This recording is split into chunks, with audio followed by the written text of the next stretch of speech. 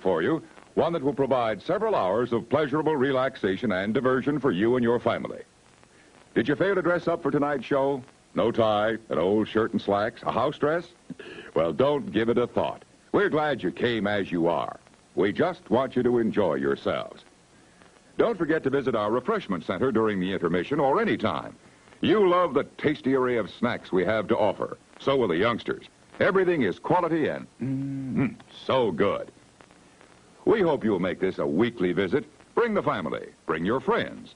There are always wonderful new pictures to see, delightful snacks to nibble, a gay, pleasant evening for all. Oh, a word of caution. Don't drive over 10 miles an hour in the theater area for your safety's sake. And Mom or Pop, go with the kids when they leave the car.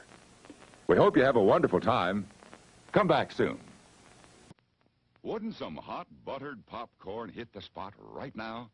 Extra fluffy, extra big kernels of it pop to perfection. Then drenched with the golden goodness of pure sweet creamery butter. Can't you just taste it? We heat the container extra high, but you better buy 2 more for the rest of the family. Piping hot, golden buttered popcorn at the refreshment center right now.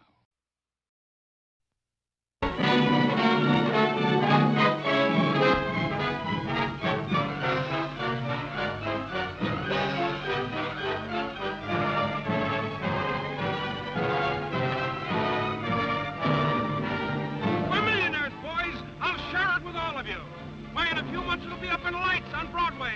Come! The 8th wonder of the world!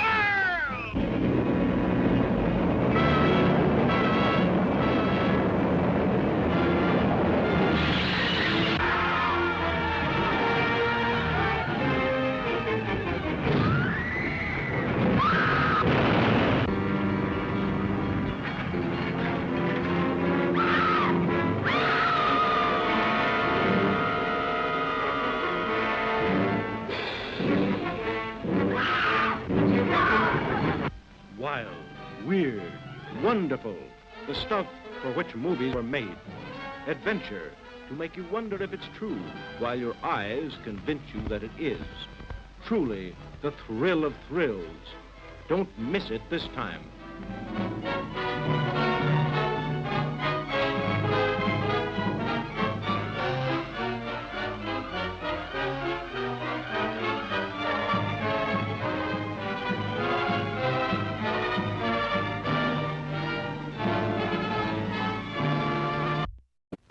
Suppose there's time? Sure, there's still time to visit our famed snack bar, where we offer a wide variety of good things to eat and drink to top off your evening.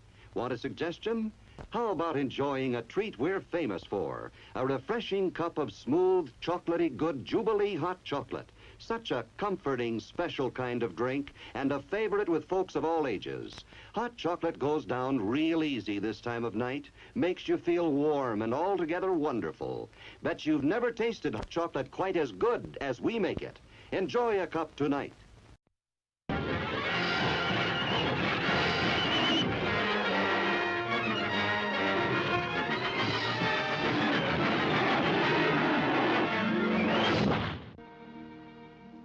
I'm just another trouble. You told me not to come on the boat. Good night, kid. Good night. Ah, that's what everybody thinks who's never been there.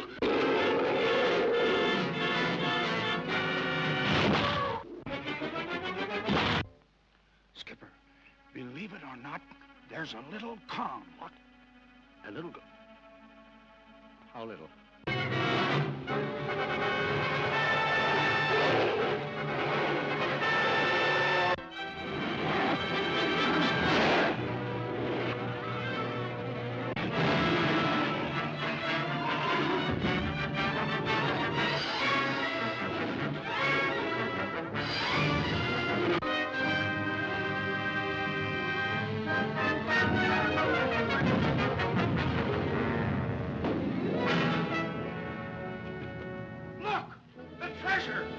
treasure of the island.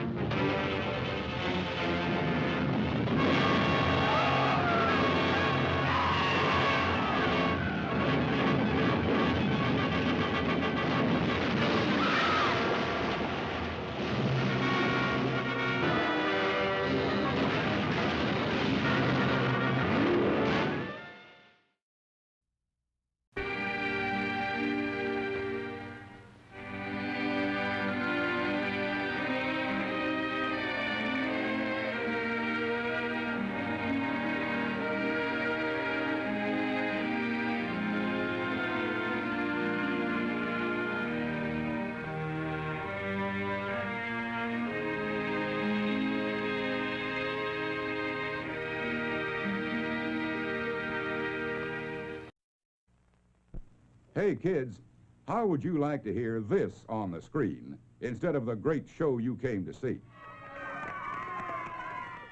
That's what you sound like. Honest. Please cooperate and do your part in keeping this theater quiet so everyone, including you, can enjoy it. Now remember, lots of adults and kids, too, paid admission to enjoy the show. We must insist on absolute quiet. Otherwise, we will be forced to evict all disturbance makers from the theater. Those asked to leave today will be refused admission to this theater in the future. Thank you.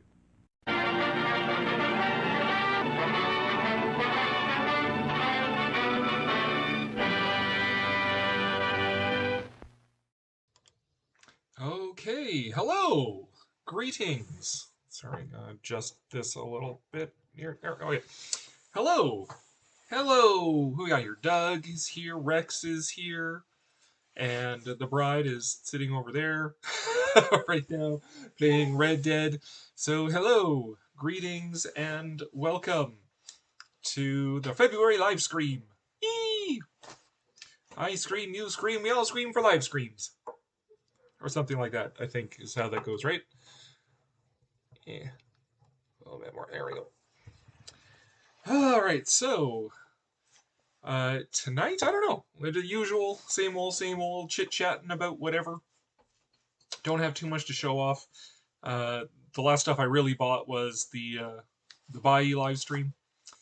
As a follow-up, the Bayou will not do anything about the thing I was sent mistakenly, because I have the bargain basement plan. The bargain basement plan means that they're not going to bother themselves to follow up if I get sent the wrong item.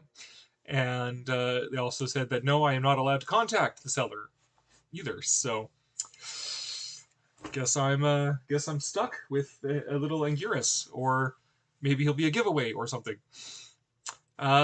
What's new in the Great White North? Oh, what isn't? Snow. It's actually snowing, so that's a change of pace here. It actually got like winter here in mid-February. So it's going to snow again as well.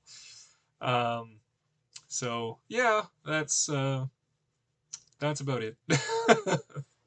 Otherwise, just been working hard. Got some extra responsibilities at work, so I've been today actually was kind of a weird day. It was just feeling pretty vague today. So just to make sure this live stream interesting, I'm feeling pretty vague today. It's like, I know I have things to do, but I can't think of how to do them. so we'll see.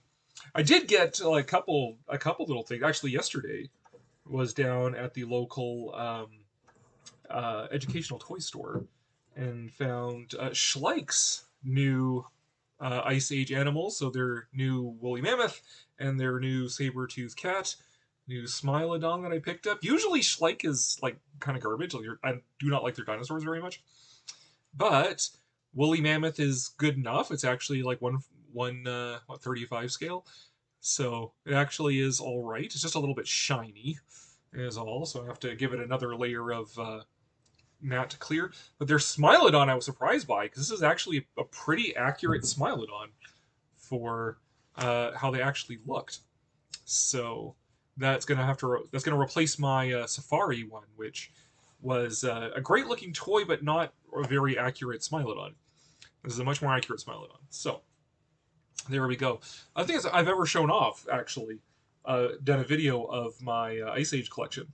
So I might have to do that at some point. But anyways, of course, the two Ice Age animals that every company always does all the time. Got those. So that is fun. That's about the newest thing. Also got the Blockies Unicron, but who cares? It's not what this channel's about. I have been trying to get my cousin to play Red Dead. He says it's too weird. What is too weird? It's a Wild West game. Like what's like, there is weird stuff that happens in it, but it is weird that it takes place so late. But yeah, it takes place like 10 years too late. But I mean, I suppose there's like weird, like there are weird Western elements to it, which I enjoy, but I wouldn't say it's like very strange overall. But okay, Rex's cousin. Besides, you have like tiny little dinosaur arms anyways. How are you going to play Red Dead? Any opinion on the Olympic hockey result? Oh my god, don't even get me going.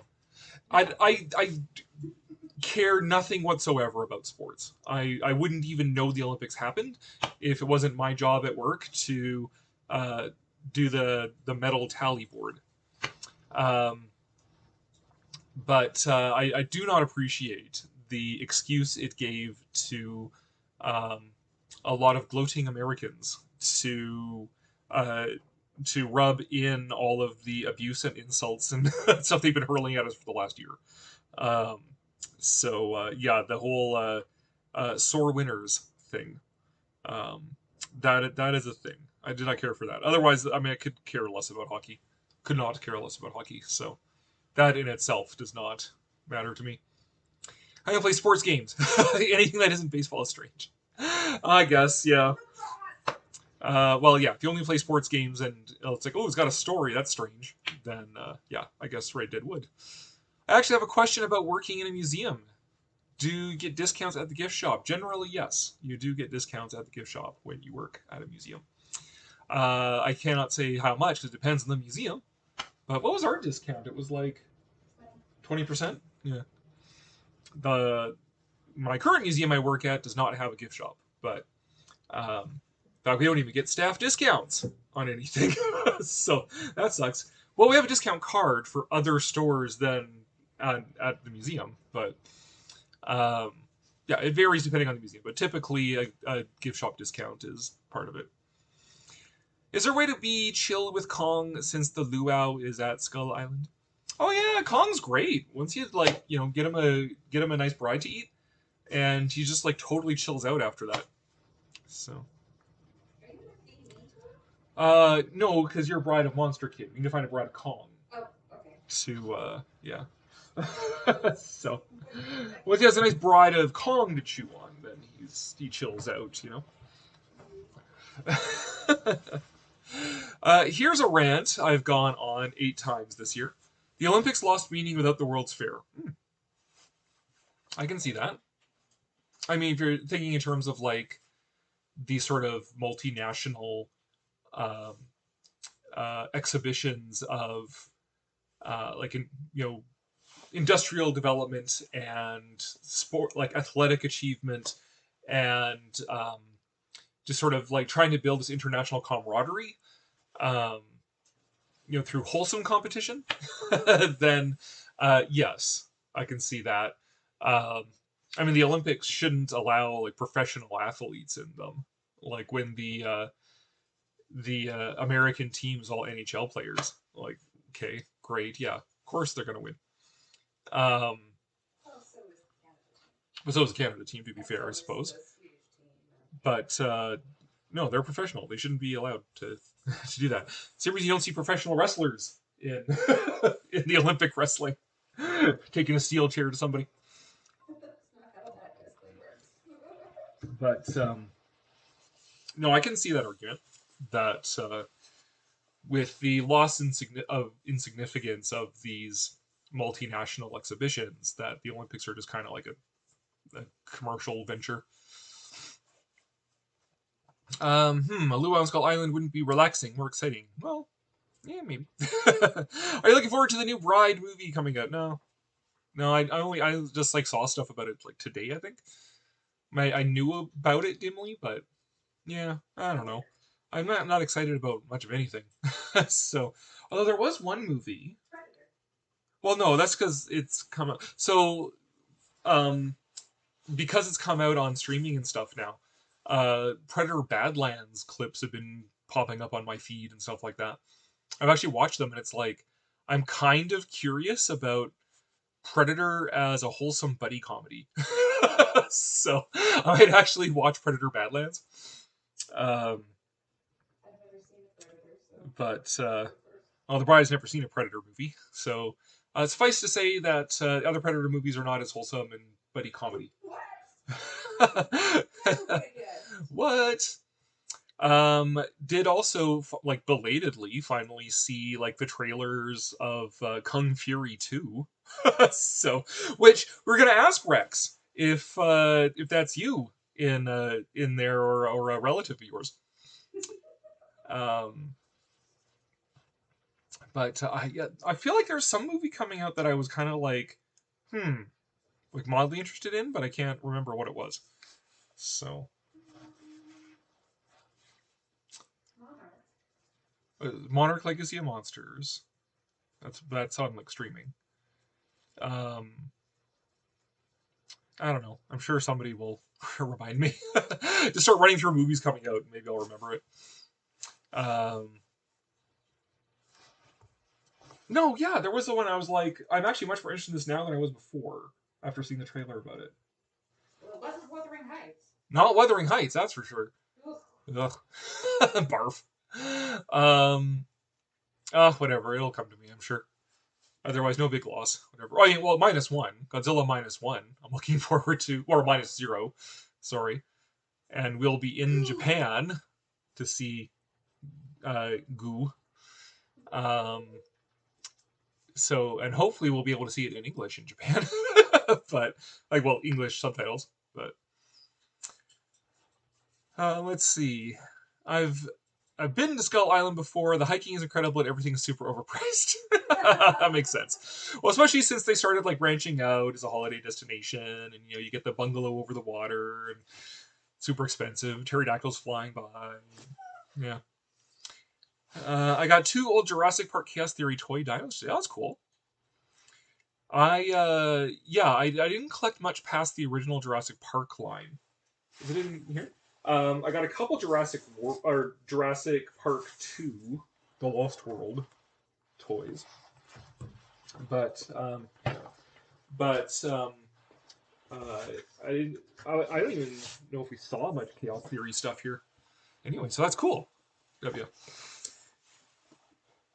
Also, which ones did you get? Be the next question. You should watch Predator Badlands. It's very cool.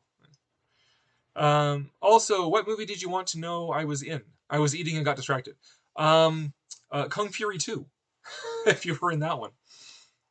So we go for -0, -1 was so very good, yes. $8 for a bottle of water is crazy. Skull Island water. Yeah, they got how much fresh water is there even? Well, I suppose there's the water that Anne and Jack dove into to get off of the mountain. But yeah, it would be hard to harness it. Like, it'd be hard to gather it because it's like, dinosaurs, right? Yes. -1 was very good. It's not my favorite Godzilla movie. The original and Shin are both still higher for me than that one, but it's like, oh, it's the 3rd best steak I've ever had in my life, like, oh darn. Like, that's fine. So yeah, and we'll be in Japan both when it premieres in Japan and when it premieres in North America. And so I'm worried about.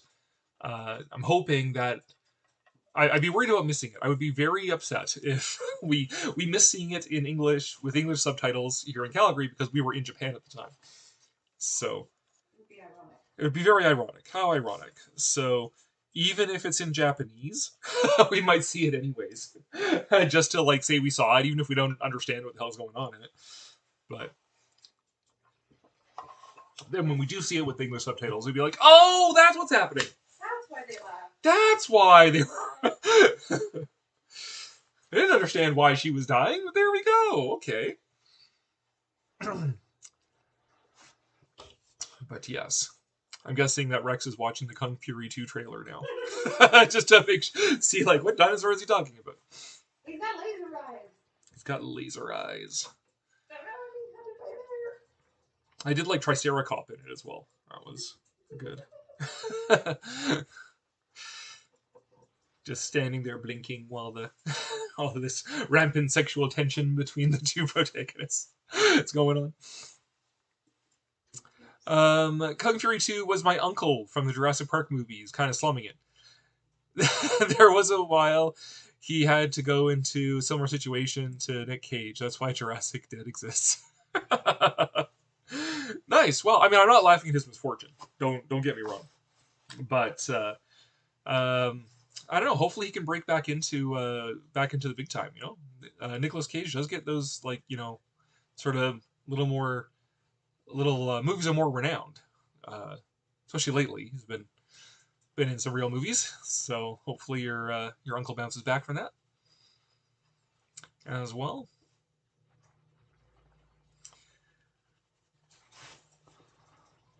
Yes, and I don't have a preview thing for it yet, but there is a video that I'm working on that Rex, I do believe you'll be very happy about. So go by my gigantic pink water bottle here, but apparently I'm very thirsty right now. It's been dry and cold here.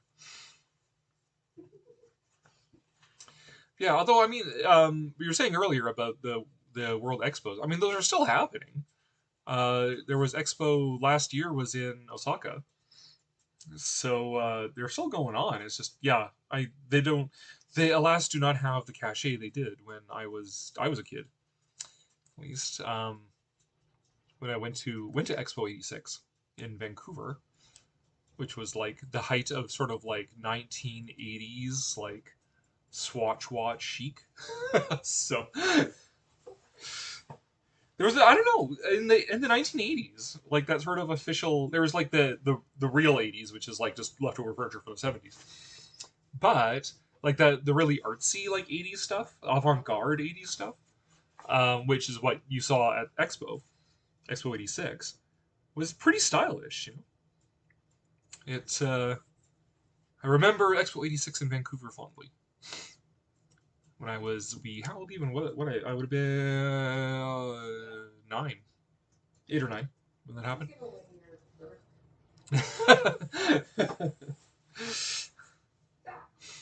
Same year as Transformers the movie, which was my favorite Transformers. So there we go. Oh no, I'm not going to give you a hint. You'll let it be a surprise.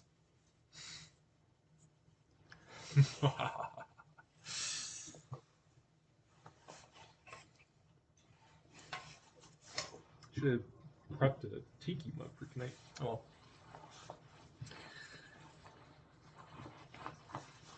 Oh yeah, no real theme, no real engaging content discussion points tonight. You guys have to get me going, because as always, this is a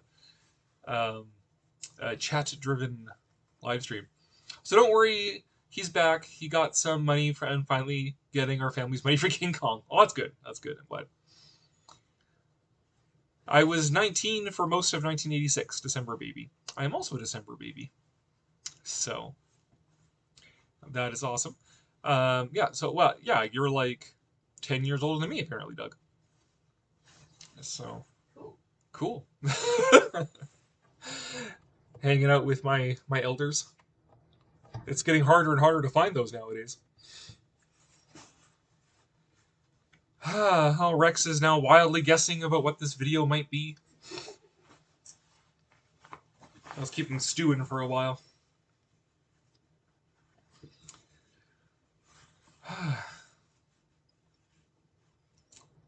Let's see, how to get Cory going. Religion? Politics? Yes. I'm a January baby. Nice. That's when you hatched it. Cool. Yeah, well, I mean, don't get me talking about Americans right now. That would be the big one. No, we're not going there. We're all friendly. No, we're all friendly. We're all friendly. We're all good. It's not Americans, but You could tell them about how Sage is sad. or doggy sad. Our doggy is sad because we had to fold up the couch, the fold-away bed. She liked to stretch out in the TV. Problem is, we can't sit on the folding bed in front of the TV for extended periods of time because we're old and we start hurting. Because when you get old, everything hurts. Why is it hurting now? Is it because I sat too long or because I didn't sit long enough? How did I sleep that I've hurt myself now? Because I've been like a freaking wreck this past week. I got clocked in the jaw by a dog at the dog park, which sprained my jaw. Then I hit my head in the shower door. Then I started running and playing with our dog and got like a pinched nerve in my hip or something. It's like, oh my god, getting old sucks. I don't recommend it. Maybe how some folks get Ice Age science very wrong. That is, yes, that is a good one. You're not old yet, kid. I know it's the whole like you can't be old because if you're old then I'm old thing. I was actually supposed to be hatched on Boxing Day. Well, that's a story I don't remember, so it will be saved for another day. Fair enough. Hey, Martin, welcome. Welcome. Yeah, the Ice Age science stuff. That's why I can't like watch movies about the Ice Age because I know too much about it. Like I've literally written a book about it. So like the bride had thought about getting me the Far Cry Primal video game because it takes place in the Ice Age. But I watched like some video clips of it, and it was just like, that's wrong, that's wrong, that's wrong. It's just like, I'm not going to enjoy this. I know too much about this thing to enjoy any movies about it now. So, but I mean, it's like, Clan of the Cave Bear, whatever. You could do interesting Ice Age movies. I think my favorite Ice Age movie is Brother Bear, actually, weirdly enough. Because it's like, it's the Ice Age setting is sort of like a reasonable enough backdrop to this engaging story of found family and brotherhood and all that sort of stuff. That works, and it's just like, oh, now and then you just see like a woolly mammoth in the background or that kind of thing.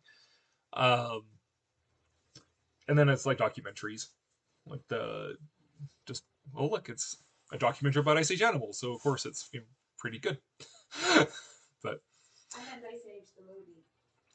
Yeah. I know how to get Cory talking. What's your opinion on the Cory from Calgary? No. Stop. No. Stop. Bad Rex. Favorite and least favorite part of the movie Ice Age? I don't even remember it well enough to have an opinion.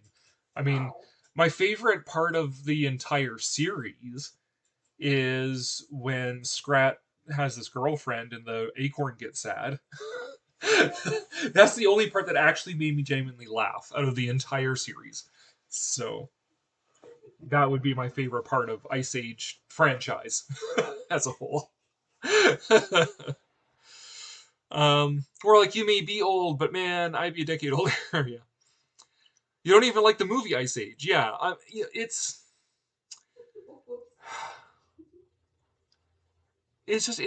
not, I don't find them very good movies. Like, that's the thing. Like, I mean, any scientific errors or whatever, it's neither here nor there, really. Like, yeah, a lot of those animals didn't exist. They could have easily substituted animals that actually did, but that's not the point, right? It's just a silly cartoon for kids. But I don't know, it just didn't do it for me. So I've seen most of them because I have friends that are like, oh man, we should get you to watch this. They're so great. I'm like, okay, sure. How'd you like it, man? It's all right. You were the wrong age and demographic when those came out. Yes, the bride just said I was the wrong age and demographic for when those came out. So, which is probably correct. I'm sure if I was younger, I would have enjoyed them. But as an older person who knows too much about the Ice Age and is too picky about movies, no. But we have Ice Age. It's in our movie collection.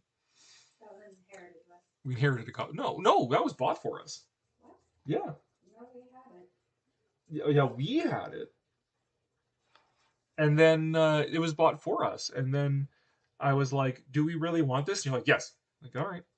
No, I think that was just the one. No. I had it before that. I know our movie collection. See, the squirrel is funny. I will grant that. Like I said, like I genuinely laughed at the poor nut being sad that Scrat had a girlfriend. Like, that was actually genuinely funny. But love the Ice Age movies as a kid. It used to be my top 10s. Well, that's fine. That would be the right age range for it, right? Yeah. Scrat was the best character. Yeah, I will agree with that. Kind of like Land Before Time movies, yeah. Yeah, like when I was a kid, I saw Land Before Time, and it was all right. Now it's like I don't. We have that as well, but haven't actually watched it. Yeah, we got Land Before Time. We do? We do. Yeah, we've had it for years. We just never watched it. Yes, it's I don't know. Yeah. It's just me being picky. It's like I'm hard to please with modern dinosaur related movies, prehistory related movies. Now I'd be more content with just watching a documentary, like the one on, was it Apple? No, Netflix. Or is it Amazon? One of them. Evolution of Life on Earth is great. The one narrated by Morgan Freeman. It is fantastic. It is such a good documentary. No, you're thinking of yeah, that's a David Attenborough. Sorry, I like two conversations going on here. The bride keeps chiming. The bride should be chiming in the chat, not talking to me because people can't hear you. See, somewhere in the ether I have a Scrap plush. Nice. Disney are already making a 6th movie, even though they shut down the original studio that made them. Yeah, it's weird that like Ice Age is a Disney thing now, through Fox or 20th Century Studios. So I mean, they could I said they could throw Ice Age into like California Adventure and try and tie in the whole like Ice Age, California, the Bray Tar Pits, whatever sort of thing. But they're rapidly destroying California Adventure. So it's like, what would be the point? I am actually embarrassed to say that, but The Land Before Time was the last Land Before Time movie I watched. Sorry. Every sequel as a kid, but not the original. I was 18 when I saw the original. Hey, whatever. That's fine. That happens. To be fair, I haven't seen any of the sequels. I've only ever seen the original. So, there you go. No, you clearly haven't, because he only gets a girlfriend later. We're talking Land Before Time. Oh, sorry. And that's the bride chiming in again, where you guys can't hear her. She got confused and thought we were still talking about Ice Age. Yes, I have seen the Ice Age sequels. Because the one with the scene I actually enjoyed, that was in the one with the dinosaurs in it.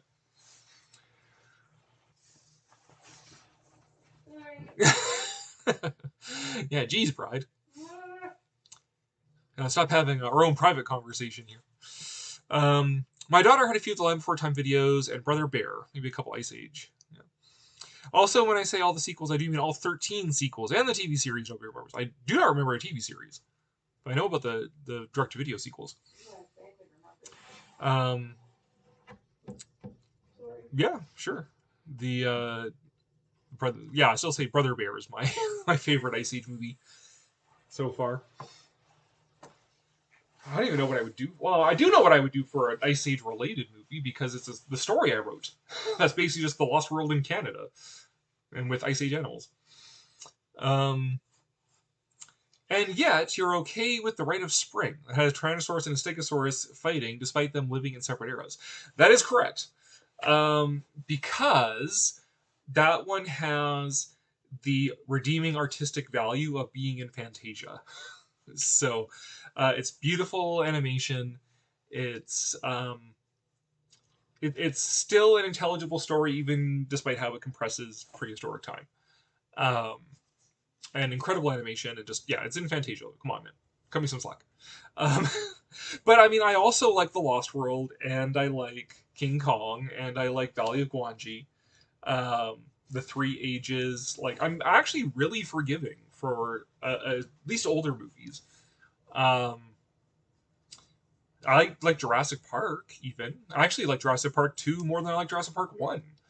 I'm one of those rare people. So there's a lot of leeway I am willing to give, but I don't know what the deal is with Ice Age related stuff. It's just I do admit that I have weird places where I am no longer willing to suspend disbelief. So, like, for example, my favorite example of this is Island at the Top of the World, the Disney film. I can accept the airship. I can accept Vikings living in the Arctic. But I cannot accept these characters swimming in the Arctic Ocean as they're being attacked by orca. It's like, that is frostbite. So it's like, I think my excuse is that if it's a known variable, I like it to be accurate. But when you get the more fantasy elements, then that's okay. Where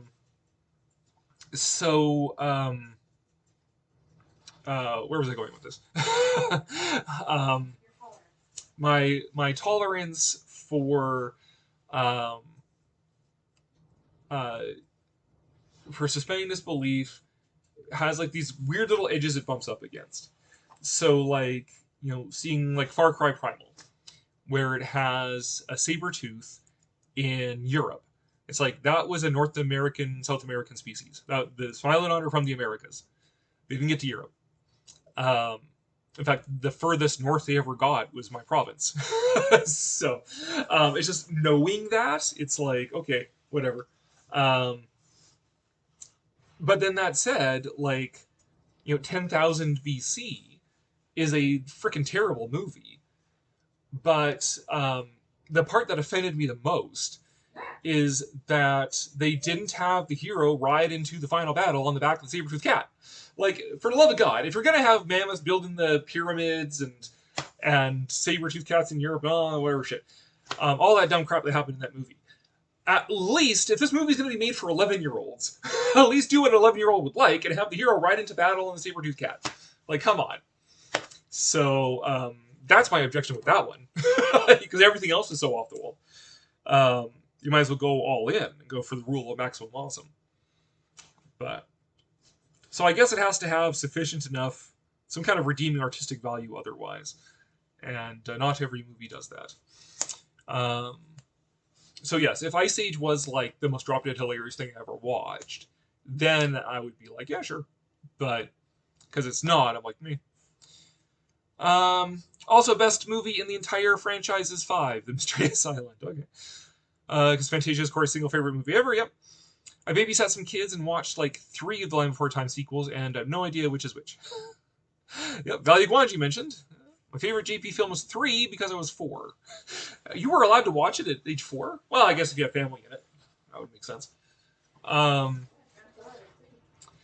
Yeah, 3 is just a movie that happened. I liked Jurassic Park 2 because it more deeply explored the ideas that were just kind of like sort of shallow in Jurassic Park 1. Like, Jurassic Park 1's a classic, yes, okay, we all agree. But it's like Jurassic Park 1, it's like, oh, I don't know, should we genetically engineer dinosaurs? Oh, I don't know.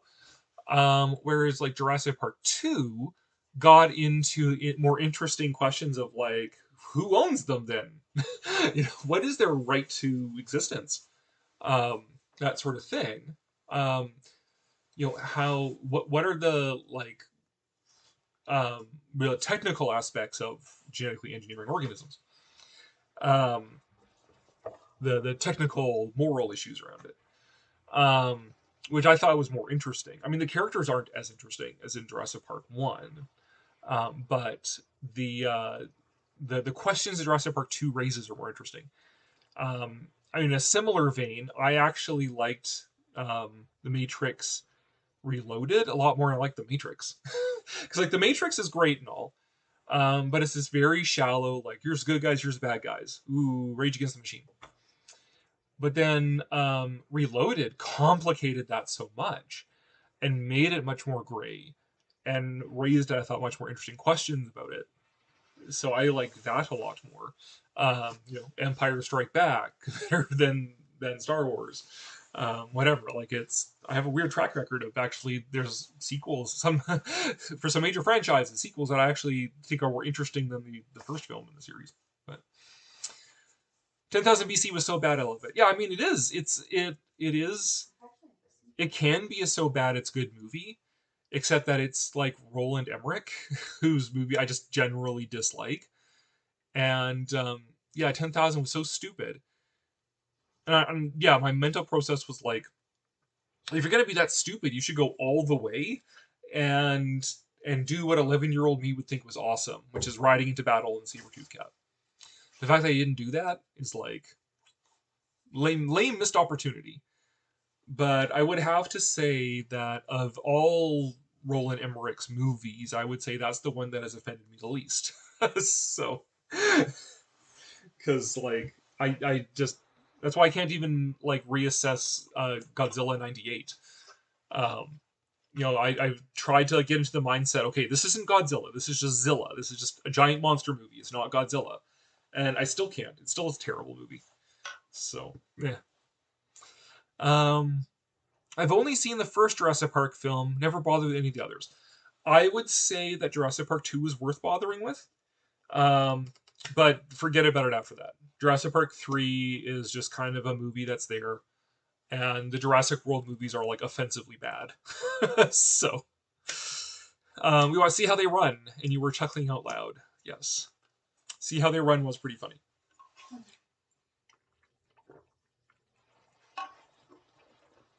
It's a satire pastiche of Agatha Christie. No, I wasn't allowed to watch it at 4. My uncle showed it to me. It was the same day I saw RoboCop and Showgirls for the first time. Oh my god. No.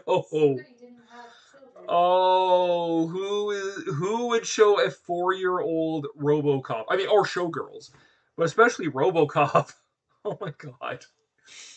I mean, it's bad enough there was a RoboCop cartoon and toy line when I was a kid. That shouldn't have existed either. But like, jeez, who would show a kid RoboCop? Oh my god.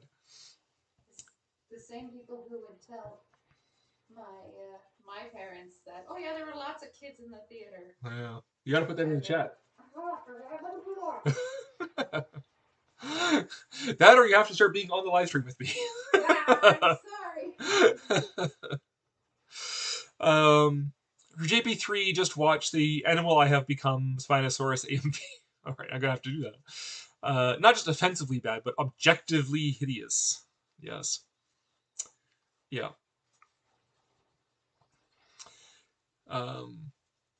Rex, your uncle didn't have kids at the time, did they?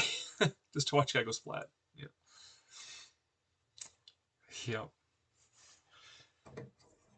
Yeah. Stupid Roland Emmerich. Ugh. There's like, what, was the Day After Tomorrow? With those people outrunning the cold. God. No, it was terrible. At least the one guy was like, we have to protect the Bible because it's important. Even though I'm an atheist, I have to protect the Bible. Was she in it? Yes. Emmy Rossum? Yes. Oh, it's all right. her first part. Oh, how old was she? Like 14. Oh, that's probably I didn't notice her. 15? She was 15 back then. So I didn't notice her. That was the year before. I didn't notice her until Phantom of the Opera. That's the year before Phantom of the Opera. She was 16 when they filmed Phantom of the Opera. Well, I definitely noticed her in Phantom. But, I like the first Ice Age movie. It was funny because it was about just these 3 guys looking after a baby, which is pretty funny. Well, 3 men and a baby. It was sequels that got kind of annoying with these other characters. Fair enough.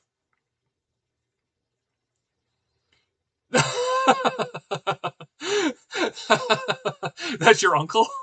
Well, I guess that makes sense then. Oh my gosh. Yeah, you're not gonna. I can't repeat that one on live stream. Jeez. You know, I'm not generally pro censorship, but I am certainly pro age appropriateness. And I would not consider RoboCop age appropriate material for a 4-year-old. Or a Predator, or Alien, or Toxic Avenger. All these things that had toys when I was a kid. Same people who told my parents there were lots of kids in the theater of the original Jurassic Park, with my bro at 3 and me at 8. Wasn't appropriate for us. Yes, that's my uncle. He has a kid now. Okay. So maybe he'll not show his kid RoboCop until it's age appropriate for them. Oh my god. I can't even. No, at least start with the RoboCop cartoon then. If we're gonna be doing that. RoboCop and the Future Police.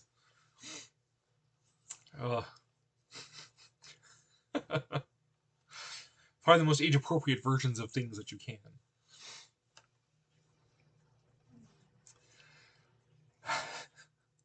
God. I remember I just asked him who his favorite superhero was, and he turned it on for me. Oh no. I suppose I never thought of RoboCop as a superhero, but I suppose that works. One can look at it that way. I wouldn't necessarily, but suppose one could see it that way.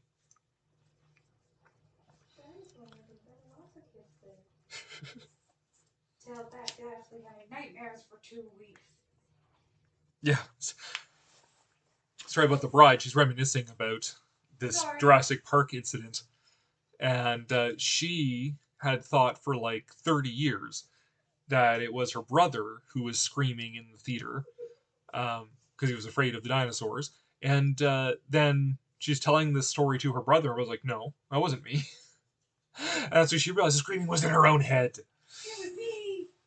So traumatic. So traumatic. It was awful. I was way too. Also, don't worry. He promised my grandparents he won't show his son RoboCop. He's starting with Rambo and Rocky. And then moving up to Predator, right? And then getting up to RoboCop. Oh my god. That's the thing. It's like when you grew up with 80s movies, it's like the scale of age appropriateness is so skewed. Yep. Cause like, you know, you have like the action movies were so violent. Stuff like that. So like your Schwarzenegger movies and whatever, and yeah, Alien and Predator, Aliens, Predator, stuff like that. Well, Aliens you kinda could show to a kid, because it's not like Alien. Like Alien is dramatically violent, whereas yeah, Aliens is more like a war movie. So you could, in theory, show that more to a kid. It does have the more wholesome ending with, like, you know, Ripley saving the girl and stuff like that. Spoilers for a movie from 1986. But yeah, it's like even like freaking the Care Bears movie is nightmare fuel. Like, geez, yeah, the 80s were like, oh my god. When Indiana Jones 2 helped usher in PG-13, you know, it's a rough decade. Yeah, really.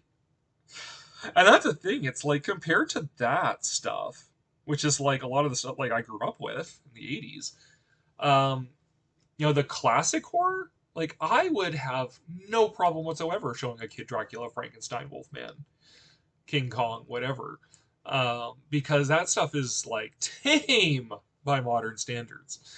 You know, it's the horror is like existential and spiritual, as opposed to just the blood and gore and guts of like, you know, the 80s action and horror and stuff like that. And I mean, 80s horror, I absolutely would not show a kid. Like Nightmare on Elm Street and Halloween and Friday the 13th, like hell no. So, because I'm old-fashioned. No, Predator would be too much of a jump. It's over the top. Then Commando, because he needs to properly introduce him to Stallone before Arnie. Fair enough. Fair enough. Well, I really am such a sensitive little baby. I'm not sure I could watch some of those old horror movies. Well, you are a good sport when I show them to you, bride. So thank you for that. And we are, again, we're still in thorough enjoyment of Dark Shadows. Getting a kick out of that one. And yeah, and the bride provoked me to watch Fallout. So there's that. But here's the thing with the bride, right? Is that she's a little baby and horror movie scare her and the Haunted Mansion at Disneyland scared her. But as is vogue for people of her gender and ethnic background, she loves like true crime stories. And I am certain it's because she is taking notes on procedure. So, if I wake up dead someday, you know what happened. It was the bride. How about the Black Scorpion, them, and the Giant Gila Monster, and the Giant Claw? Oh, heck yeah, I'd show those to a kid. Sure. Black Scorpion, I could see that being a little bit like, yeah, because there's giant insects. Them, them I would feel okay. I could see where the little girl might be distressing to a kid of the same age. But again, I would feel very comfortable showing like all the classic horror and sci-fi films to a kid. There's very few ones that I would be really like, no, we'll hold off on watching that one. Like Matango, we would hold off on watching. Like yeah, the whole Human Transformation series, maybe a little bit older. Night of the Living Dead, not until they're like at least in junior high. No Pet Cemetery. No, that's not a classic. That's modern. Yeah, so like that 68 onwards, that's where I like no. Otherwise, yeah. I mean, the classic Universal ones, because they only have like one or two bloodless deaths in them in each movie, so those ones I would be okay. The Blob, I would maybe wait a little bit, just because there's more sort of like graphic horror in it. Fiend Without a Face, because it's a lot of these like brains jumping around. Maybe I'm not sure about that one, but that was more like a David Lynch movie, anyways. So, let's see. I was about to say I think kids could handle Predator, but I also watched Showgirls before I ever drank a soda.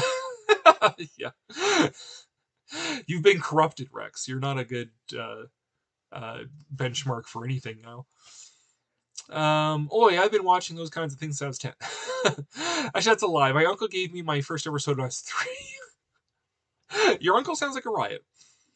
Or when the ants cleaned house and dropped a rib cage onto the pile. Yeah, I can see that. Yeah.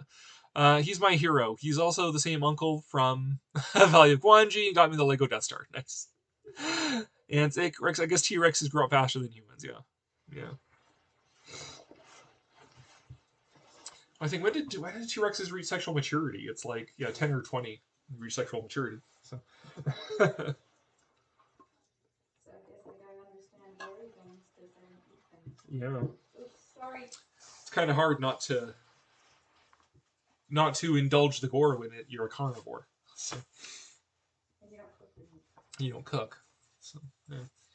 I don't eat those. Sorry. But yeah, no. Overall, I don't even watch 80s horror, so I don't know why I would show it to my kid. But the Universal monsters, for sure. King Kong for sure. 50s sci-fi for sure. Plan 9, absolutely. The Val Lewton movies, I wouldn't necessarily.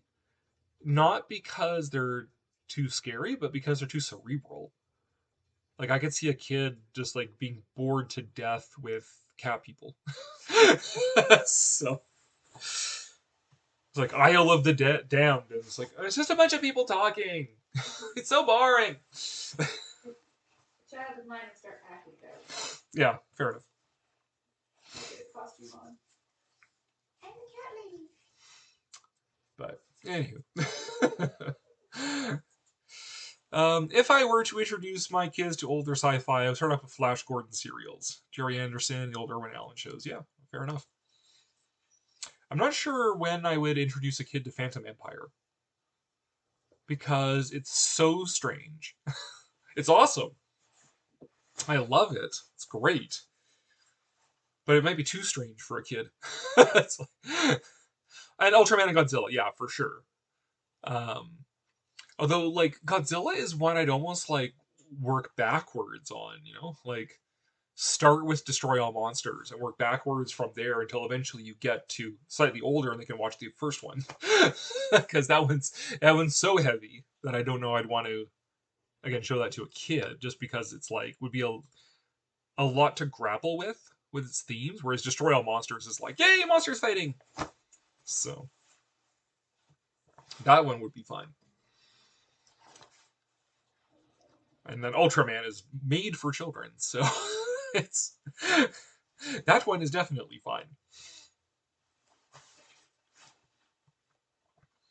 Yeah, any like deliberately made for children shows, I could see. No, I was thinking, I was trying to see, like, would I, if I was going to show King Kong movies, would I show like the cartoon first, the original King Kong show, and then the original movie? Or vice versa. I'll probably still show the original movie first, then the King Kong show, and then like the Toho movies. For horror, I would do King Kong, Frankenstein, and then the Blob. Yeah, so the Blob I would potentially wait a bit, just because it's a little more graphic with people getting like consumed by the Blob. It's not as bad as the 80s one. The 80s one I would definitely not show a child. But the 50s one still does have a bit of graphic horror with, like, the Blob and sucking up some guy's limb and stuff like that. Granted, most of the violence is off-screen, but I can still see it being a little intense. But King Kong, Frankenstein for sure. Like, those aren't even... If anything, I'd be worried that they'd think Frankenstein was all boring. So... For Godzilla, I would start with the Final Wars. You know, Ghidorah, and then a few of the non-Godzilla films. Yeah, fair enough. I did show... my cousins-in-law Final Wars the last time we were visiting, but then they were like 18 and 16. So I think they're old enough.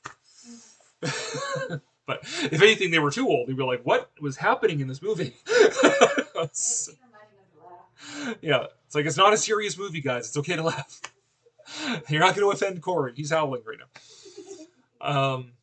Show them more age-appropriate horror movies like Coraline or Poltergeist, or probably Something Wicked This Way Comes if you want to go hard. Yeah, I don't know about Poltergeist. Coraline, yeah, I could see that. The only thing that would prevent me from showing a kid Coraline is just that it's a little too, like, twee Neil Gaiman. And, I don't know, I find Neil Gaiman a bit twee. So, not even discussing his proclivities. So it's like, Coraline, okay, you know, Stardust is good, but still it's kind of twee. Yeah. So, you can definitely tell which episodes of Doctor Who were written by Neil Gaiman because they're very twee.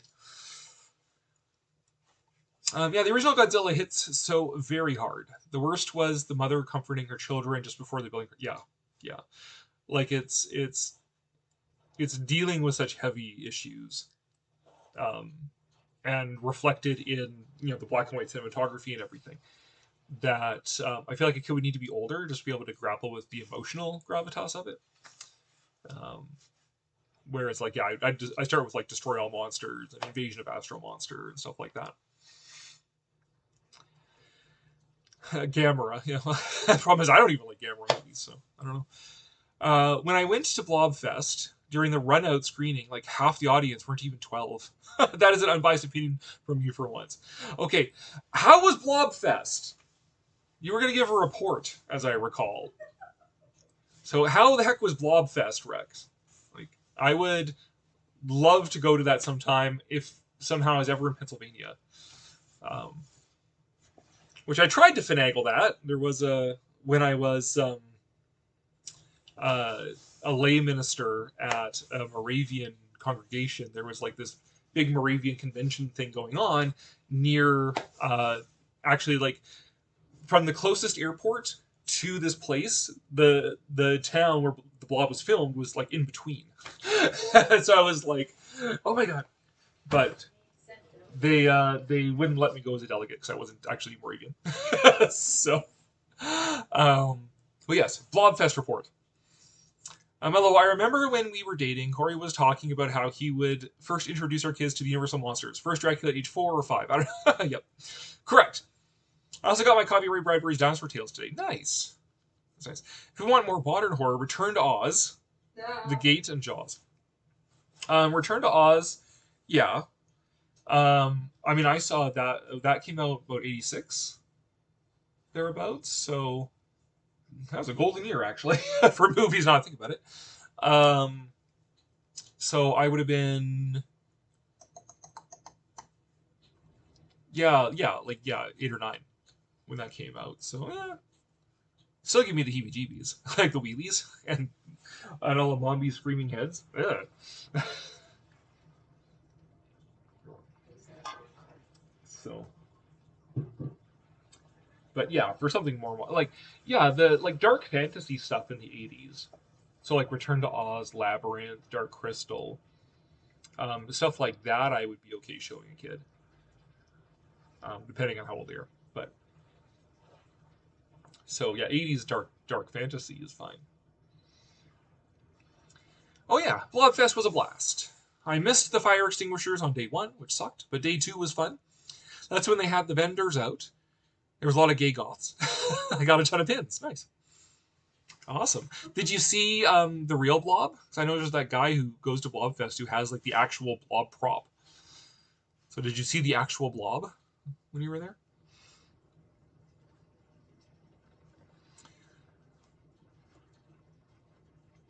I'm waiting for the answer. Come on, Rex. Jeez, type faster. Jaws, I don't know if I'd show a kid, just because I don't even care to see Jaws. So. And what merch did you get from Blobfest?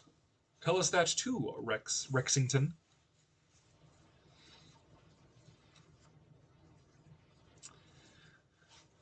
But yeah, unfortunately, the whole going to the United States is not a thing right now. So, to put off Blobfest. Thing is, like, it's like kind of in the vein of like it's a convention. I don't really travel to conventions, so yeah, it's the whole crowds thing. But it's sort of like spending all that money just to go to this one event. Sort of feels like, I don't know, but I still loved it. It was really great. Somehow every day ended up going. My favorite part was that they had rotating bands performing. Everyone did a cover of the Blob theme song. Unfortunately, missed my chance to the Blob himself because that was day 1. Oh no, that sucks. That'd be like my number 1 thing to have to see is the actual Blob. That's too bad. I guess you'll have to go back, Rex. Maybe once travel to the U.S. becomes safe for international tourists again, we can like have some like Monster Kid Cory convention and descend on Blobfest. Me and 5 other people. So you guys, who Queen, who else? It's a regular show.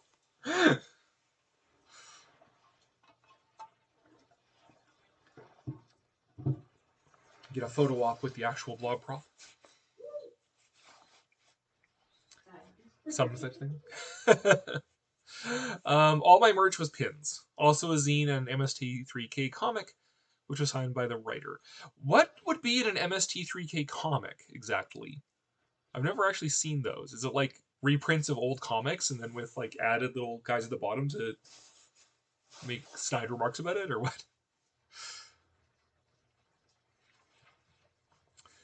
But yeah, I guess my what I would hope to get would be like retro sci-fi collectible stuff. Like I would love a gelatinous blob. I have a squishy blob, so I'd love a gelatinous blob. Which theory I could make, but it'd be better to have like packaging for it. And yeah, like a robot monster plush or whatever, stuff like that would be fun to get. Right now, I just have to make do with going to Godzilla Fest in Tokyo. Oh darn! It's really funny. The characters go into old comics and they have speech bubbles. Okay, yeah. So adding them into old comics or drawing the comics to look like they're old comics. I'll have to like search that sometime. See what those are like. I'm on the cusp of finishing off my EC Comics collections. I just have to starting to get proactive about like getting those last ones that I need. Last volumes of Tales from the Crypt and Vault of Horror and Haunt of Fear and all of those. I'm probably gonna stop short of getting like crime suspense stories and Two-Fisted Tales and sort of those ones. Unless the bride wants me to get the crime suspense stories comic. No. So she can read her true crime stories. True crime. Oh, they're probably not true crime. Not fake crime. Not fake crime. You can't learn anything from fake crime. Maybe. But then why do you watch like murder mysteries then if you can't learn anything from fake crime? Because you see the patterns. Ah, These are based on patterns. Oh, okay. It's all about patterns. Sure. It's all about patterns, she says. Also, my favorite show wasn't The Run Out, but Matt McGinnis movie Riffing Melee, which was hosted by the head writer of modern MST3K, who took two people up on stage to live riff short films. Fun. It ended with a surprise wedding. So I am in Becky and Michael's wedding tape. Aw. Congratulations to Becky and Michael for having you in their wedding video. And not every day you get to have a T-Rex in your wedding video. So that is pretty cool. But yeah, I mean, it for everything I've seen of the event, it sounds like a lot of fun. I'd almost not even know which I'd prefer, like to actually be in the theater and do the run out or to watch the run out happen. But probably be in the theater though, I would think, for the most part. Then you have to get on getting tickets for that. It would be tough. As I'm discovering with our Japan trip, anything that involves like, oh, you have like maybe a 5-minute window when the tickets come available to get to the Studio Ghibli Museum. It's like, forget it. It's not. I've been before. It's not worth it. I mean, it's a nice museum and all, but it's not worth like waking up at 1 a.m. to refresh the window constantly.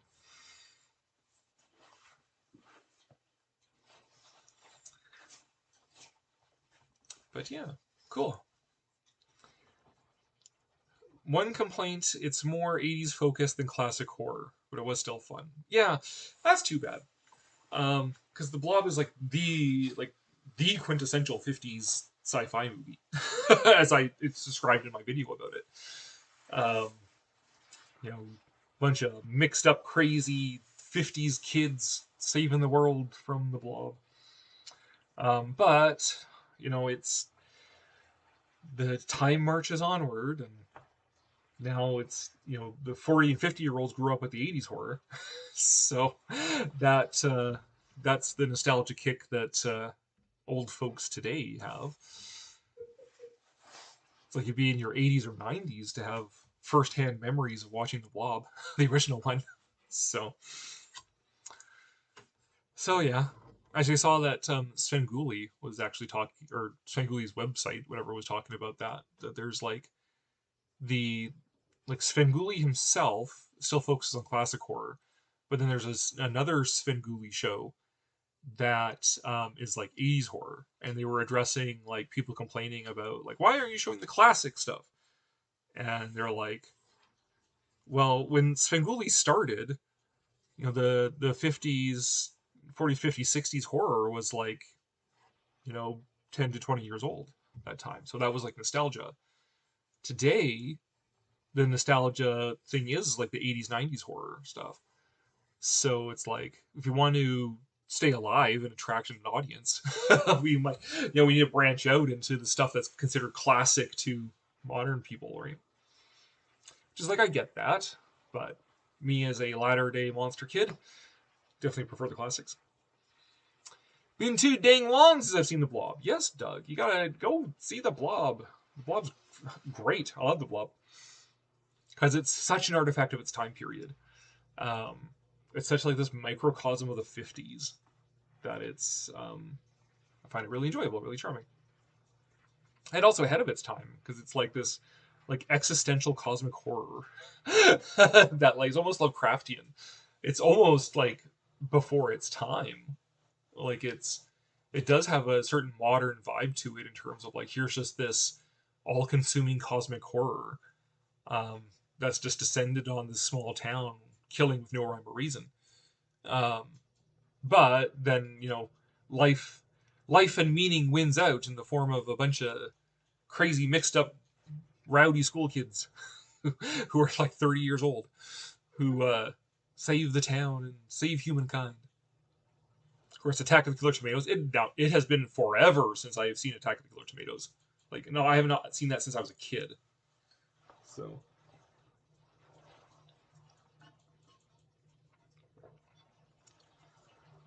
That is one I have not seen in a long time. Also, for the run out, I recommend being the one running, because if you get out early enough, you can still see the other people run out. Ah. So you have to be in such a spot as to get out first. Okay. Duly noted. And you'd have to be on the first floor then, right? Because I think they empty out the first floor and then the balcony. So. Which is why everybody in the balcony dies.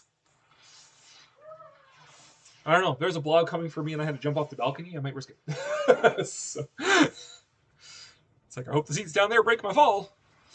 Oh, no, Ray, it was my neck that broke the fall. I guess you wouldn't have to worry about the blob after that. Well, no, as long as you lose consciousness. Yeah. I'd rather lose consciousness if I'm going to break my neck trying to escape the blob. Yeah. The only thing I remember about Attack of the Killer Tomatoes is the theme song and the cartoon. Yes. Attack of the Killer Tomatoes. Yes.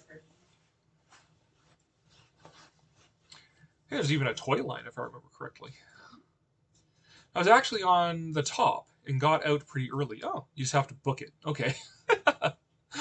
When you see that moment coming, you're already up out of your seat and heading down. That's nice. That's cool that you were actually in the run out too. That's great. I'm surprised they managed to fit you in there. Really. That's why you have to be standing there. I guess. Yeah.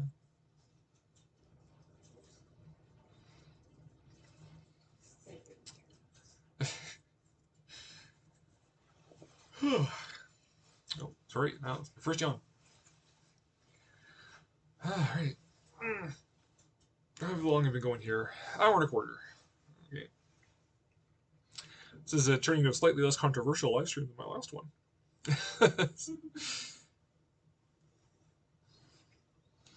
But yeah, alas, we're gonna just have to content ourselves with going to Godzilla Fest in Tokyo. Actually, pretty much after I get off the live stream here, I'm gonna have to start booking our hotels and stuff. Since we're hitting, what, how many months out? 8 months out or so? Also, you don't just run out when it gets to that scene. They play the whole film, then you run. Oh, interesting. I thought they went up to that scene and then had a countdown or something and then run out. But that I would prefer to see the whole movie. So that's good. They did have to sneak me into the back of the theater because that had bigger doors. Yeah, fair enough. That sounds fun. Indeed it does. Any video I've seen of Blobfest looks pretty fun. So I can't remember the name of the town, though. It escaped my memory.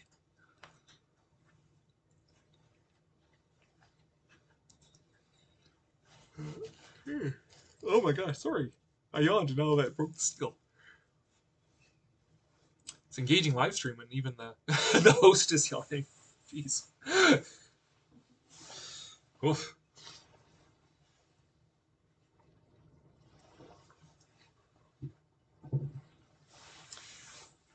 But yeah, what else?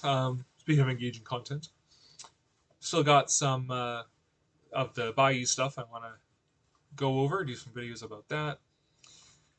The movie videos aren't as forthcoming as they used to be. I think some of it's just not having time to actually sit down and watch movies, and then the desire to write about them. But as I feel the inspiration to do stuff, it will come. In the meantime, I also should start working on the second edition of my Ice Age book, like that. Rather than fighting with people on the internet. My family also went to the Blobfest showing of Evil Dead 2 at midnight, which is my brother's first midnight showing. Oh, that's fun. Not a bad movie to be seeing for a midnight showing. That is like the kind of movie you want to see for a midnight showing. It's like that or like Rocky Horror. So, can actually make a proposition for Japan. You may make a proposition. What is your proposition? If it involves going to some far-flung corner of Japan to go to the dinosaur museum, no, that is not in the that is not in the cards. What was everyone's first midnight movie showing? Ooh. Midnight movie. I don't know if I've ever done a true midnight movie. I've done movies that were like over by midnight. But yeah, I'm trying to think. I mean, I've like cult movie type things. Like Rocky Horror Picture Show would be the main one that I've done.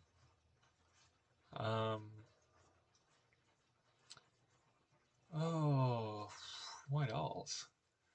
We don't really have a lot of stuff like that around here, so it's kind of the hard one to do. I know for the bride, it's like Lord of the Rings or something.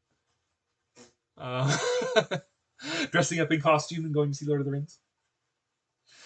There may be a photo from the newspaper. There may be a photo in the Drumheller Gazette or whatever. Calgary. The Calgary Herald. Okay. Front page. Front page. Ooh. No, second page. Second page. Oh, okay. Not quite that cool.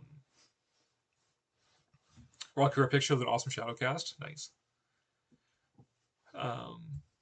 Yeah, I can't think of a true proper midnight movie. There's been like there used to be this beautiful 1950s Art Deco movie theater here in Calgary called the Uptown Screen. It has since been gutted, disgustingly. But they used to have these Halloween events and also Halloween showings. And so the Halloween events were things like Nosferatu. That's where I first saw Vampire, Phantom of the Opera, like older, like classic movies like that. And then there's a big like Halloween party associated with it. So everyone's like in costume and mixing up and whatever. So those are probably the closest to like a midnight movie. Not that I think the movie went till midnight, but the party certainly went past midnight. Those are probably, and those are the ones I like remember most fondly. So those are probably mine. There is a new manga I love called Manga, but Volume 2 won't be released in America until later this year. If you bring me back a copy and ship it, I will repay you. Okay. I also tried to find online, but I'm not paying $40 shipping for a $5 book. Yeah, no kidding. Oh my god. Okay, so a manga called Manga, Volume 2. I'll do what I can, but I mean, depends what later this year means, because we're going in November. So, if it's already out in America by that time, then you might as well get it. Because yeah, it'll be, well, November 3rd. Actually, the current plan will be landing in Tokyo on November 2nd, hit the ground running November 3rd for Godzilla Fest. So, also, yes, I try. Okay. The last midnight showing I can recall was the Nolan Batman trilogy. Cool. Of which one movie is good. It's really good. They're like, eh. I'm curious what they're going to show at G-Fest at the Pickwick Theater this year, since I'm going again. Nice. My first midnight showing was Rocky Horror. They had a pantomime going on too. I got flirted with by the person playing Tim Curry. It's not called manga. Okay, it's called Love Bullet. It's the funniest thing I've ever read. Okay. I will, unless you tell me otherwise, I'll keep an eye out for it. But like I said, we're going so late in the year that it might be released in the US by the time we go to Japan anyways. And then I guess the next question is, like, can you read it in Japanese, or are you looking for like an English translation of it? Because that would be harder to find in Japan. So.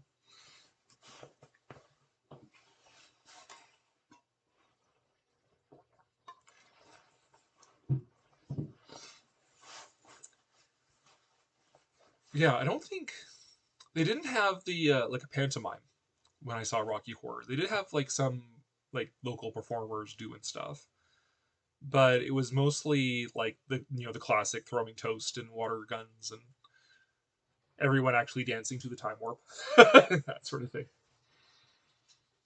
It's probably not going to be released in English by then because Volume 1 was announced in 2023 and didn't come out until last year. Oh my god. So, okay. I will keep an eye out for Love Bullet. Okay. Now, my midnight showing was Lord of the Rings, Return of the King. Yes, I was in costume, and yes, during the intermissions, we watched the first two before midnight. We were singing drinking songs. I don't mind if it's in Japanese. I have people who can translate it for me. Okay. I will keep an eye out for it. Just remind me. Remind me to remind you to remind me about that. Because I will probably forget before November. So, remind me.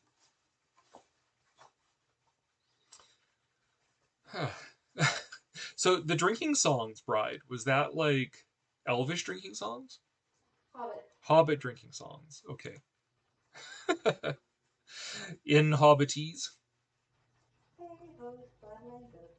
Oh no, in English. English translation. Hobbits speak English. What are you talking about? What? I would assume Hobbit spoke Hobbitese. Very fun. And that it was just translated into English in the book. No. Why would Hobbits speak English? Because they're not from England. They're British Islanders. Oh my god. Cheap. Hey, Doc Kaiju. Welcome, welcome, and yes, like, share, and subscribe. All that crap. Welcome, Doc Kaiju. Also, read Love Bullet. It's about cupids with guns. That's John Wick style action that is immediately followed up by people who were shot flirting. Nice. I guess I will have to keep an eye out for it. That sounds like something that I would have liked an anime of. Because, like, in the old days of the anime convention here, that's how I primarily got introduced to anime. And so a lot of stuff that I came across those first couple anime conventions, like 30 years ago,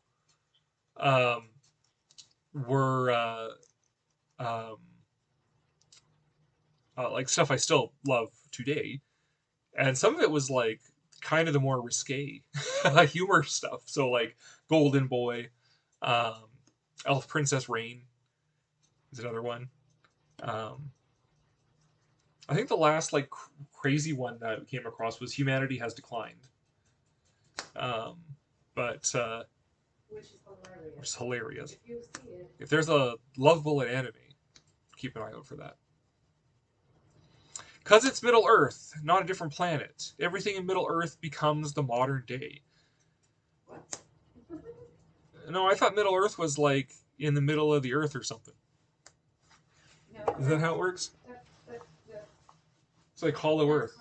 Well, it's Kong. Oh, okay. Middle Earth is not Hollow Earth. Well, I think that Middle Earth would be better if it did have Kong in it. No. Yeah. No. And then they could fight him with like giant robots.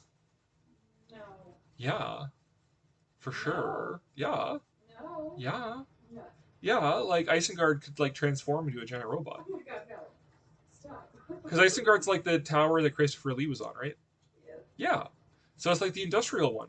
So then it like transforms into a giant robot, and then Gandalf has to be like, you shall not Kong or something, and then like King Kong comes and he fights Isengard. Hell yeah. Yeah. That's Lord of the Rings I would be into. Too bad. It's not the Lord of the Rings they did. Well, we're gonna have to fix that, don't we? We're gonna have to Rings of Power this stuff. No. Make it better. Improve it. No. La Blue Girl, maybe? Along with Eagles and Dragons? That's like saying pizza be better with steak. Like, yeah, everything is better with steak. True. True. So Lord of the Rings needs more airships, more giant robots, more King Kongs, more dinosaurs. Yeah. I think so. No. Yeah. Also, King Kong versus the Balrog would be so sick. Hell yeah. Guardian. No, yes. No. So, right, we have officially decreed. No. Yep. Yep. Monsters. But then, I mean, in the spirit of Transformers, so Isengard transforms into like Trypticon. Then, so robot dinosaur, two birds with one stone. Then, what's like the good guy city? Like it's the one like Gondor or whatever it is? No. Minas Tirith. Yeah, that could transform into like Metroplex. And then there we go. And then it could have like Minas Tirith versus Isengard. Like fighting, duking it out. Boom, boom, boom. Isengard has already fallen by the time we get to Minas Tirith. Oh, well then what's a city that could transform into a big robot to fight? Minas Morgul? Okay. That's another tower. Oh, perfect. There we go. So the two towers are the two towers that transform and fight each other. Hell yeah. There we go. There we go. We fixed Lord of the Rings. You and I need to watch this stuff again. What? Or read it or something. This is mortifying. The bride has been mortified. It's technically Yuri, but it doesn't really fit that mold because one of the things about Cupids is that they can't fall in love. Aww. Oh, Doug says Minas Tirith. But the bride just informed me Minas Tirith, they don't get there until after Isengard falls, so we have to go with the other tower, Minas Morgul. And transform! Minas Morgul heeds the call of the last prime. Gandalf Prime. Gandalf Prime. No, I guess, no, the Prime would be Ranger, what's his face? What? No, you're mixing it all up. Stop. Who's the Ranger guy? Chat, help me out. Who's Viggo Mortensen? Or Strider, what's his name? What's his real name? Aragorn Prime. There we go. When he gets the Matrix of Leadership and rules Gondor. Ow, my heart. Cory, you need to write the Transformers X Lord of the Rings X King Kong fanfic now, or I will. Minas Tirith could beastly transform into a massive bull and be called Minotaroth. Yes. Oh my gosh, guys. You Yeah. write this all down. Yeah. Well, I mean, you could do, since there's like whole subtext in Lord of the Rings of like industrialization sucks. You could have like the good guy beast machines versus like the Beast Wars Transformers, Maximals, versus like the Sauron's Decepticons. You could totally do that, like industrial robots versus beast formers. Thematically, it works. So thematically, it works. Yeah. Still hate it. And then like, okay, so then like, Sauron, you got like the big old tower there, and at the top you have Unicron, and he's just like there at the top of the tower. Instead of the eye of Sauron, it's like Unicron right there. So here we go. Aragon, yes. Aragon Prime. I like Amazon Prime. What? The bride is laughing off to the side here. No, I'm dying. My heart's breaking. Actually, wait, you can have Sauron be Scorponok, and the tower being his tail. Oh, yeah, that would work. Lonely Mountain becomes Erebot. Yeah, yeah.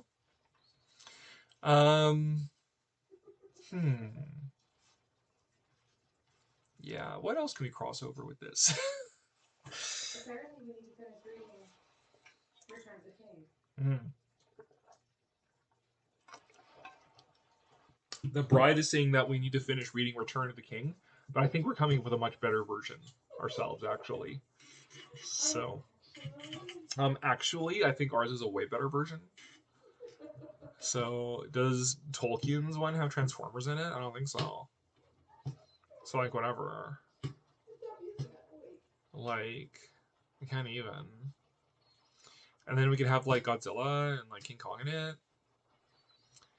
and like it could be like Ready Player One. So when the big armies are attacking, it's like Ready Player One, and they all have like DeLoreans and stuff, and like riding on like Ecto One, and it's like Mechagodzilla, like Gundams. Yeah, it'd be like the best. And out there is a disgruntled Godzilla fan. We'll go Yukong fanboy Godzilla versus Isengardatron, and Balrogs or dragons would be much cooler than your big monkey would ever had. Yeah, I know they would think that, but hey, who was in Ready Player One? There was no Godzilla. It was King Kong, and it was Mechagodzilla, but not Godzilla himself. So sorry, G fanboys. I would totally read this crossover. Also, the more I think about it, this is just that MLP crossover. A Marvel crossover brings the volcano where the One Ring was forged and transforms into Mount Doombot. Yeah. Well, Mount Doom is obviously named after Doctor Doom. Like, of course. Oh, you guys are breaking my heart. Mordor. Or like, what's Dr. Latveria? Here we go. Same thing. Basically the same thing. I don't know. Yeah. I don't know any of those things that are. Be the Fantastic Fellowship of the Ring.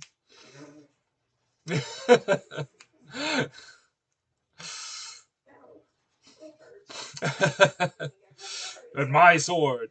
And my flames. Flame on! Mm-hmm. You know, the Thing's in there. Busting shit up. Yep. Alright, so we got, what, Fantastic Four, X Transformers, X Lord of the Rings, X Godzilla, X Kong. Bring in a bunch of DC villains, the Legion of Doom.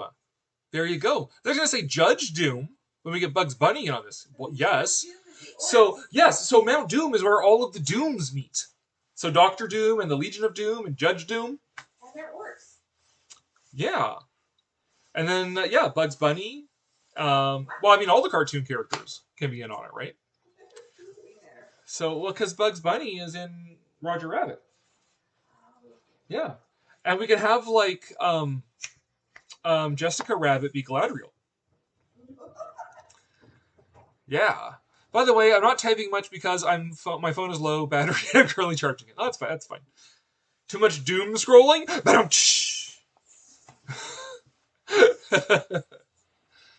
Yep.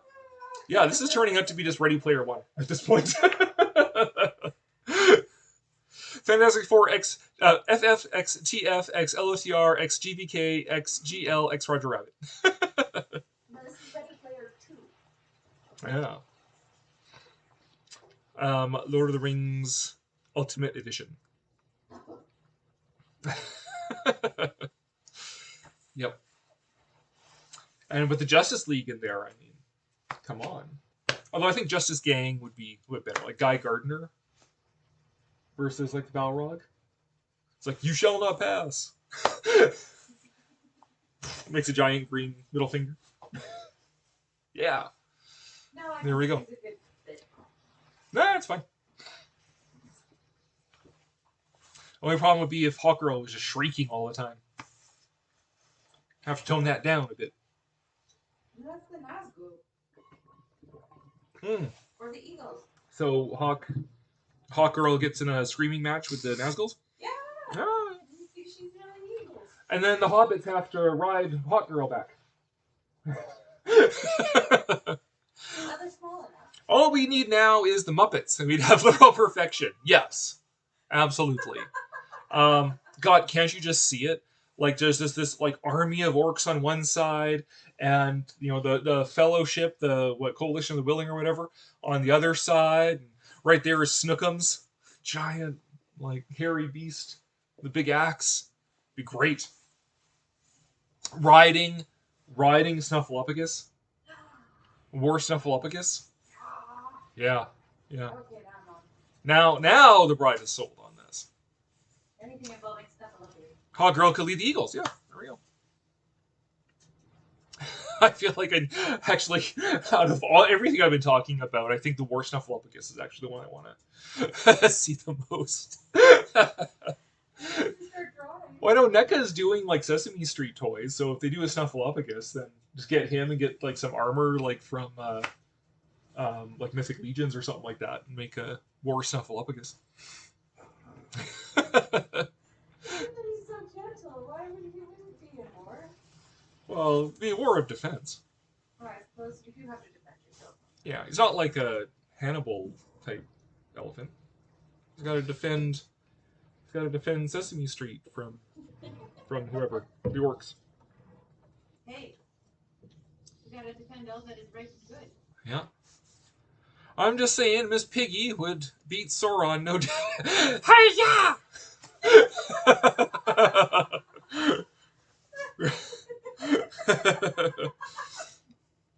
Yeah. Yeah. With Statler and Waldorf providing commentary. Absolutely. Absolutely. Yep. Oh, what would be some good Lord of the Rings style Statler and Waldorf jokes? Hmm.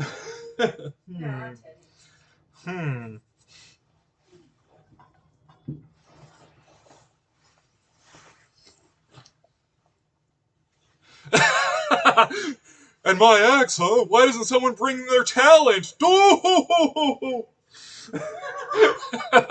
Good one. Good one, Rex. Snuffleupagus defending the HOAs. Against the HOAs, yes. Defending against the HOAs. Defending against gentrification in Sesame Street.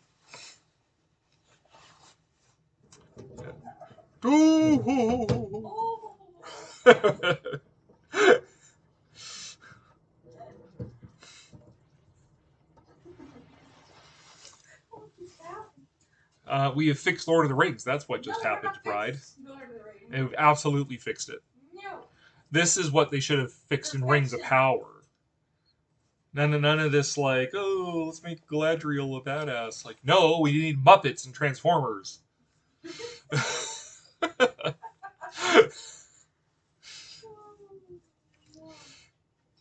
Yep. Well, good job tonight, chat. We managed to fix Lord of the Rings. After I finish my Otter Yuri, I'm bringing this into reality. Excellent, Rex. Excellent. I don't think we should be talking about this abomination. I think we need to be talking about this abomination even more, actually. The Bride is calling this an abomination? I don't think so. I think this is perfection. Yep. Yep. Don't mess with perfection. Yep. Well, I mean, Transformers are doing all of those, like, crossover things, right? There's, like, the, like, Transformers X Ghostbusters and Transformers X Top Gun, stuff like that. Transformers X Knight Rider. So why not Transformers X Lord of the Rings? Doing the job you never knew you needed doing. Yes. No, what I need most of all right now are more Statler and Waldorf Lord of the Rings jokes. So, the Muppets Lord of the Rings.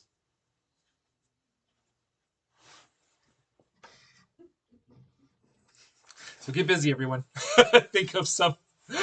Oh wait, let's AI slop this. Since it's already sloppy, let's AI slop this. All right.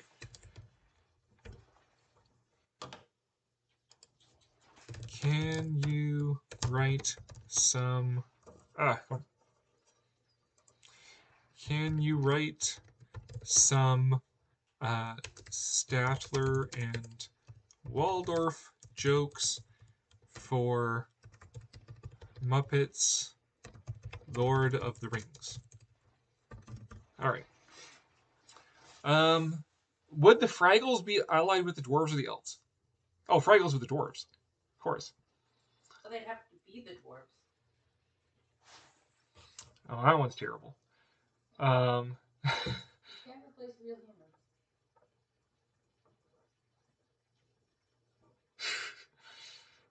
So that's Frodo? Yeah, he's carrying the whole trilogy. Poor kid, he must have thrown his back out around page 600. No, it was terrible.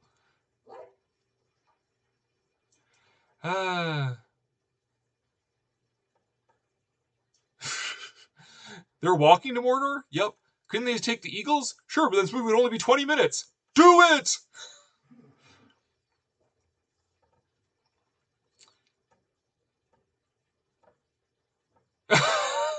Okay, that was actually pretty good. One ring to rule them all. I had one ring like that once. What happened? I got married. No!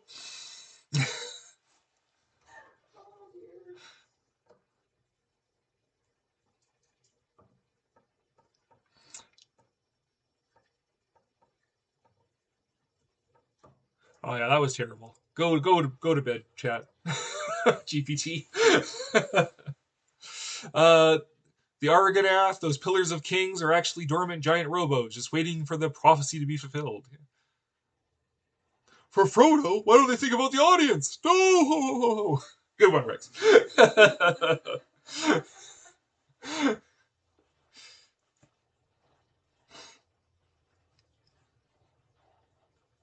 Nice. One ring to rule them all. Unfortunately, this isn't the one movie to rule them all. No!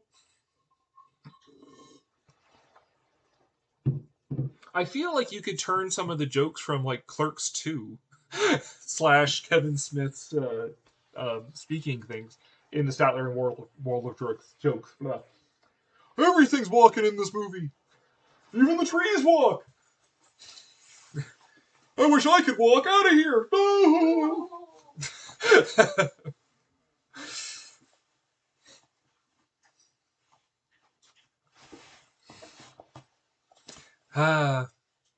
Feels good to be constructive and fix these movies. Oh, is this what we're doing? Yeah. Yeah. So we're being very constructive, bride. Gandalf the White? Why doesn't he write out the whole script? Do. It's the do ho ho ho ho that really pulls it all together. Always. Yep.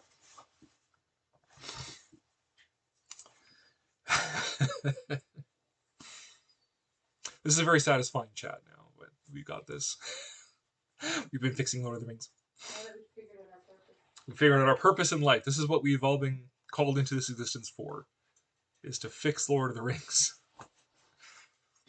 No. The bride says no.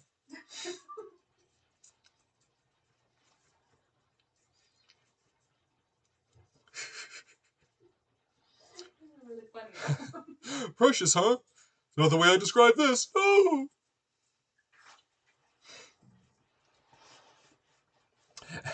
All right. Well. I'm having way too much fun coming up with these. All right.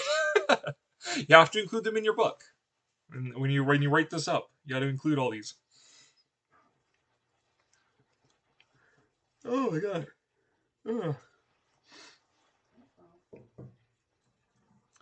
Of course, we could like AI swap some images too. No. Okay. Should give me images from Muppet Lord of the Rings with Kermit as Aragorn. Hi. Cause we would keep Orlando Bloom as Legolas Why?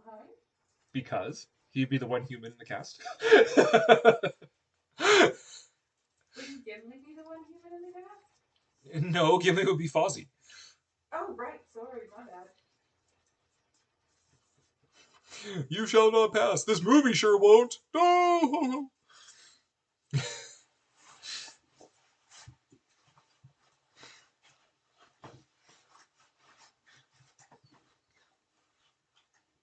Sure, you could make like a kidney stone related joke with that too.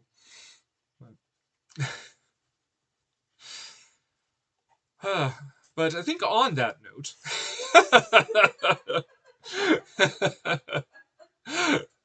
we're being an hour and 45 minutes into this, and I am yawning because I didn't get enough sleep last night. we might draw this amazing thing to a close. Our brainstorming session here for Muppet Lord of the Rings. This is one of the best brainstorming sessions. This has been a pretty good brainstorming session, I will admit that. No, Kermit is Frodo, and Merry and Pippin being Fozzie and Gonzo. Think, Cory, think. Oh my gosh. Okay, yes. Fair enough. Fair enough. No, you know what? I feel like Bean should be Frodo. And... No, Bean's too innocent. yeah, exactly. Frodo's not that innocent. I guess. Who would Pepe the Prawn be?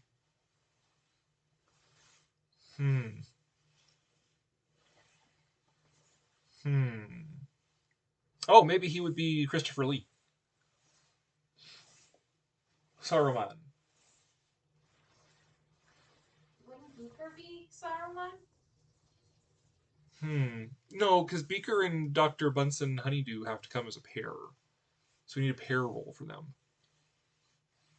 So you said that Michael Caine played Scrooge as if the Muppets were actually human. Tim Curry played Treasure Island as if he were a Muppet, yes. Bill the Pony. Pepe is Gimli, obviously. Yeah, okay. That works. That works.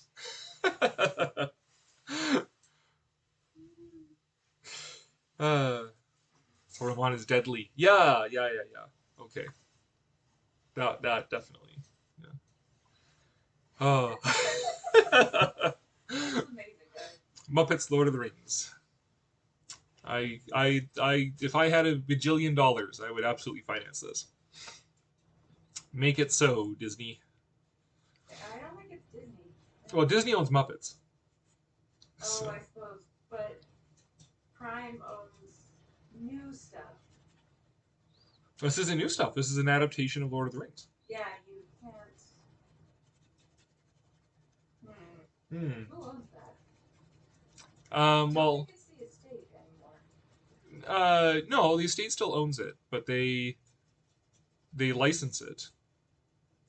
But not the Lord of the Rings trilogy itself.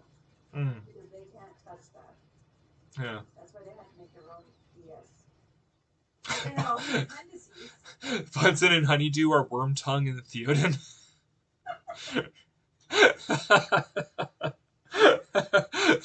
only if Beaker is Wormtongue. This is a concept I thought way too much about. Fair enough. Beaker as Theoden would be amazing. I suppose.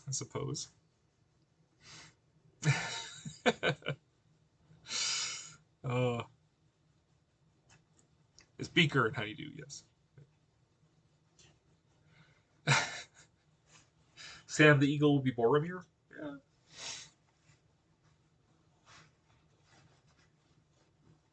Or would he be his father? Oh, Sam is Boromir's father? So he's disappointed? Yeah, he does seem pretty disappointed all the time.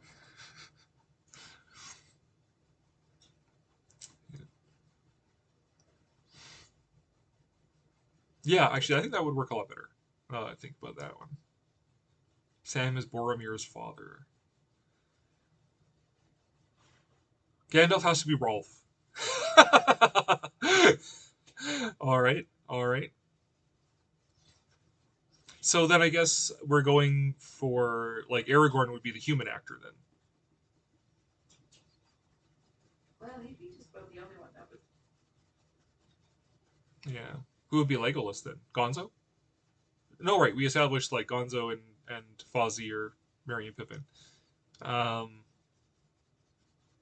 would be Legolas? Big Bird. Big Bird? Wow. Yeah, well, he's like a Sesame Street Muppet. He's a Muppet.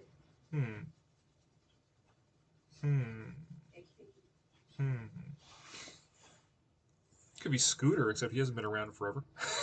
So. Scooter is Gollum. Sam the Eagle is leader of the Eagles. Who's Monster? Monster. Get the drummer one. Oh. Isn't he Monster? Can't remember his name now.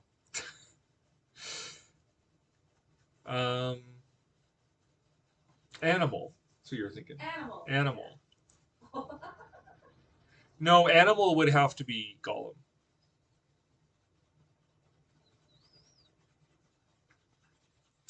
Scooter Prinley's Puppet Show. Oh, cool. Yeah, I could see Animal as Gollum. Precious!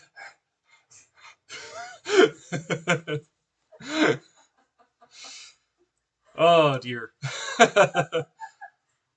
Orokai all Sweetums. Everyone is Sweetums. Yes. Okay, that would work.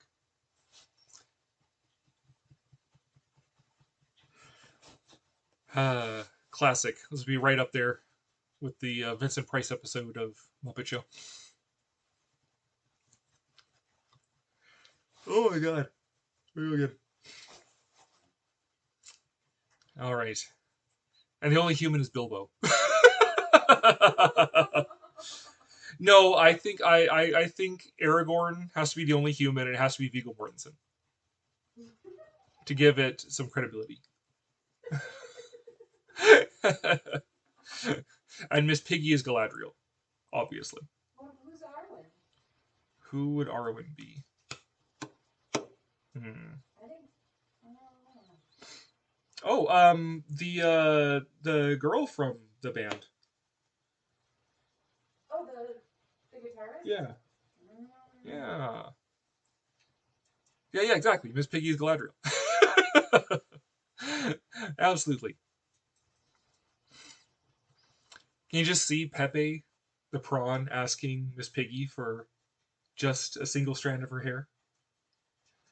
And then her punching him into, like, orbit. Hiya! Wow! Little creep! Yes. Okay. I like how we've gone from, like, the craziest, like, crossover to, like, just a straight up Lord of the Rings, Muppets Lord of the Rings. Yep. So. Priorities here. Yep. Yeah. But on that note, I am dropping off. So I think we're gonna have to draw this one to a close. Thank you very much, chat, for being amazing and brainstorming out this amazing movie. We have to get Disney and Amazon together to make this thing happen. So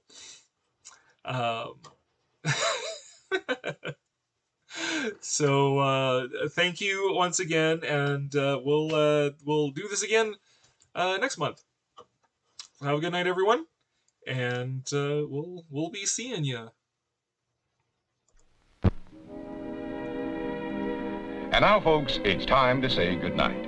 We sincerely appreciate your patronage and hope we've succeeded in bringing you an enjoyable evening of entertainment. Please drive home carefully and come back again soon. Good night.